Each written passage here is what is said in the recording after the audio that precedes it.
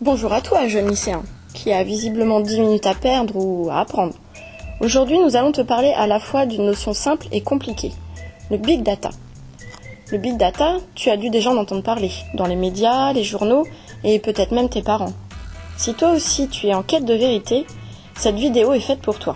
Pour te présenter cette notion, nous allons te la présenter d'une manière simple, voire schématique, pour que les informations restent gravées dans tes jeunes neurones. C'est pour ça que nous te le présentons au format Draw the Big Data, une nouvelle version de Draw My Life. Tu dois certainement connaître. Alors en fait, on peut se poser plein de questions sur le Big Data. Big Data, tout d'abord, c'est quoi? Et puis, on nous dit que c'est des données. Ok, mais qu'est-ce qu'on en fait? Et comment? Pourquoi faire? Pour qui? Ces données qui proviennent souvent de chacun de nous et qui sont utilisées sans qu'on le sache, ne créent-ils pas des problèmes de liberté? Allez, c'est parti, accroche-toi.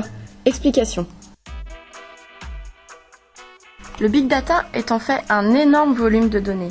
Par exemple, quand tu téléphones à ton ami qui vient de passer 2 semaines dans les îles alors que toi tu étais presque en hypothermie en métropole. Ou encore quand tu viens de dévaliser un magasin de vêtements, n'est-ce pas les filles? Et que tu payes en carte bleue. Le soir, quand tu racontes à tes amis sur un des sites de chat que tu viens de passer une grosse journée et que tu aimerais bien te détendre un peu le week-end prochain. Allez, un dernier exemple. Quand tu télécharges de la musique pour ton portable ou ton MP3, laisse tomber, hein, t'es grillé. Quand tu vas sur Facebook, le plus grand réseau social international pour rester en lien avec tes amis. Ou encore quand tu vas sur YouTube pour regarder les dernières actualités des plus grands youtubeurs. Ou encore quand tu consultes tes boîtes mail ou que tu envoies des messages à tes amis. Toutes ces actions produisent une masse de données que l'on appelle le Big Data. Chaque minute, sur Internet, 47 000 applications sont téléchargées sur l'Apple Store. 2 millions de recherches sont effectuées sur Google. C'est plus de 200 millions de mails qui sont envoyés et 48 heures de vidéos sont ajoutées sur YouTube. L'humanité produit toujours plus de données. En 2010, 1220 milliards de gigaoctets par an ont été produits. En 2012, c'est 2830 milliards de gigaoctets.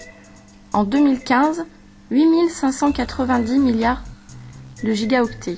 Et on prévoit pour 2020 40 milliards de gigaoctets qui seront produits. Soit de quoi remplir 9 milliards de DVD. Alors, comment traite-t-on ces données? Elles sont tout d'abord récupérées. Ces informations sont stockées dans des serveurs et bases de données spécifiques, hébergées dans des centres de traitement de données, souvent situés en Amérique du Nord ou en Europe. Une fois récupérées et stockées, elles sont analysées par des experts en statistiques qui vont les traiter grâce à des programmes de calcul informatique. Pour un individu, on va ainsi pouvoir dire quelles sont ses habitudes quotidiennes. Par exemple, dans le domaine de la santé, on va pouvoir dire quelle part de la population est susceptible d'avoir un problème cardiovasculaire. De toute cette analyse des données, on va pouvoir les exploiter, notamment par les entreprises.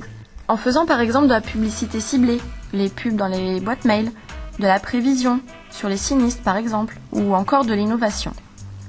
En France, d'ici 5 ans, il y aura 10 000 créations d'emplois directement liées au Big Data, ce qui créera 2,8 milliards d'euros de valeur ajoutée. Prenons un cas concret de l'utilisation des données. À Memphis, aux États-Unis, la police utilise le Big Data, notamment les données historiques sur la délinquance dans sa ville et celles remontées en temps réel par les officiers sur le terrain, pour adapter le parcours de ces patrouilles. Maintenant, on va s'intéresser à la relation entre les marques et le consommateur.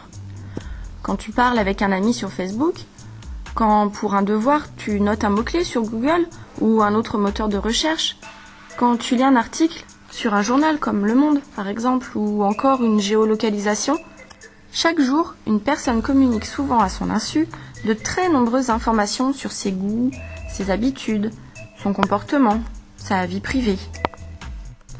La Commission européenne s'est saisie de la question et une nouvelle version de la directive européenne sur la protection des données personnelles de 1995 est en cours de validation.